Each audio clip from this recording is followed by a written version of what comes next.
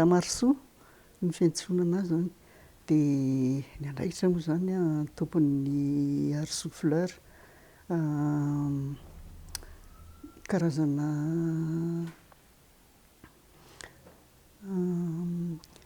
manao exploitation ny voninkazo rehetra. Somary miovaova ihany, misy fotoana mampiova ihany. Tamin'ny voalohany tena orchidée sy orchidée ireny ny tena natao, rehefa avy eo anthurium, dia manao ny rehetrarehetra zany, mbola vitanareo ihany. Misy antony ve ny mahatonga ny olona hoe mividy voninkazo?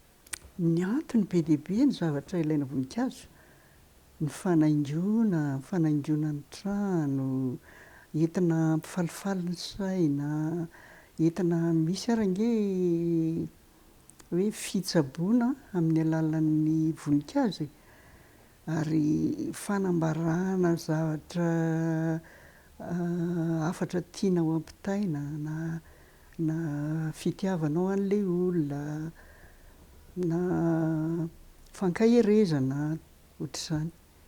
Ho an'ilay olona hoe mpifankatia, fetin'ny reny, fetin'ny ray, azo fantarina ve inona ny voninkazo karazany mety amin'ireny? Rehefa hoe le fety reny, fetin'ny reny, fetin'ny ray,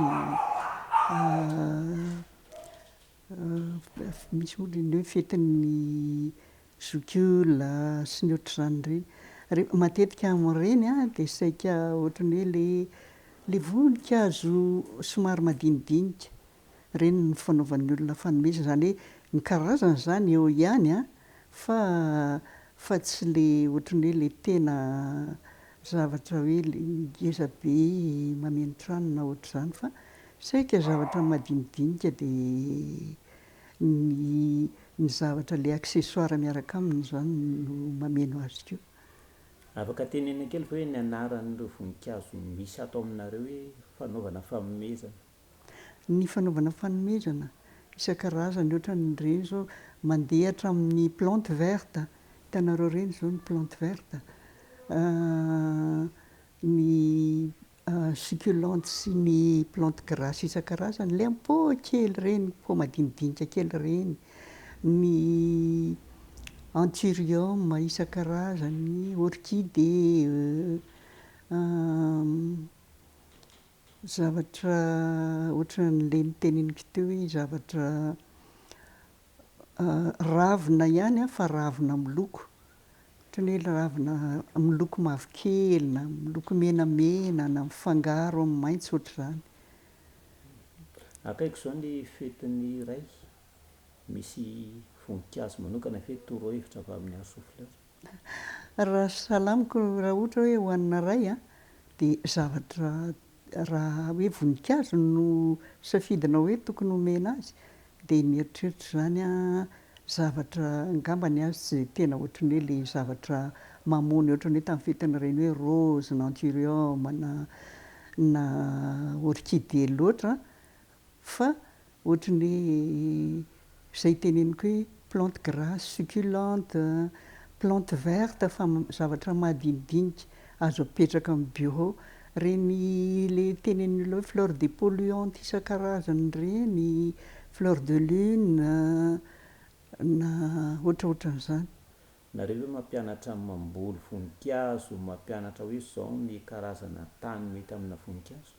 Mampianatra foana, zany hoe misy rehefa olona maromaro no mangataka, dia manao amin'iny fotoana iny a, manokana andro, dia entina manao an'izay fampianarana izay.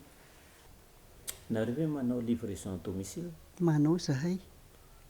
Izay moa zany hatramin'izay ampolo taona no nanaovana voninkazo izay, eto Manakambahiny foana. Saotra tompoko ny vahiny tato anatin'ny fandaharana dia mirary soa tsara. Tsisy isaorana tompoko, fa ianareo koa no isaorana, dia engany mba